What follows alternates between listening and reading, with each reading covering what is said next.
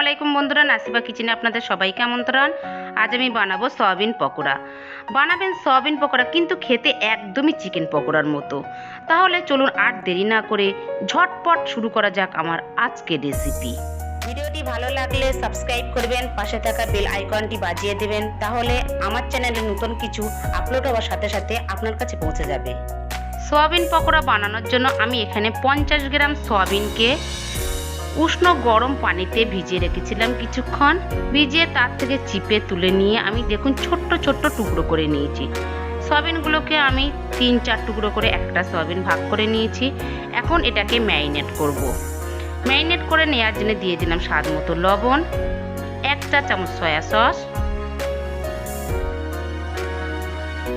1 চা চামচ ভিনিগার, দিয়ে দিলাম একটা ডিম। এখানে আমি কিছুটা মশলা নিয়ে নিয়েছি। 1 চা চামচ আদা রসুন বাটা, 5টা কাঁচা লঙ্কা টুকরো করে নিয়েছি, 1/2 চা চামচ চাট মশলা, 1/2 চা চামচ হলুদ গুঁড়া, 1/2 চা চামচ জিরা গুঁড়া, 1 চিমটি মরিচ গুঁড়া, 1 চিমটি গরম মশলা গুঁড়া, 1/2 চা চামচ কাশ্মীরি লঙ্কার গুঁড়া। এই মশলাগুলো দিয়ে দিলাম সয়াবিনের মধ্যে।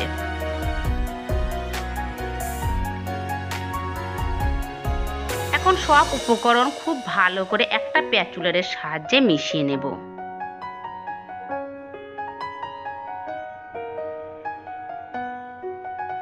খুব ভালো করে মিশিয়ে নিয়েছি।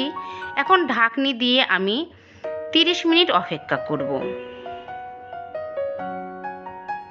ফিরে আসলাম 30 মিনিট পর। এখানে আমি নিয়ে নিয়েছি 2 চা চামচ কর্নফ্লাওয়ার, 2 চা চামচ বেসন। এই দুটো উপকরণ দিয়ে দিলাম ম্যারিনেট করা সয়াবিনের ভিতরে। এখন সব উপকরণ আবারও খুব ভালো করে মিশিয়ে নেব। এখন হাত দিয়ে এটাকে খুব ভালো করে একটু মিশিয়ে নিলাম।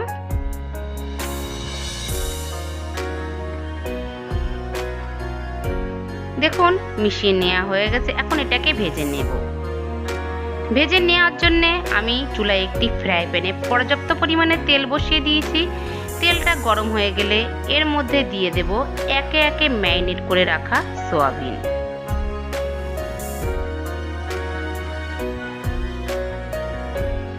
দিয়ে দিলাম সয়াবিনগুলো, আমি অর্ধেকটা দিয়েছি।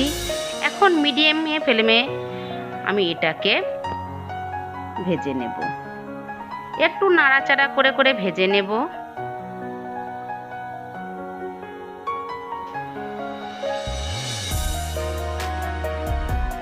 এইভাবে নেড়ে নেড়ে আমি সয়াবিন পকোড়াটা ভেজে নিয়েছি।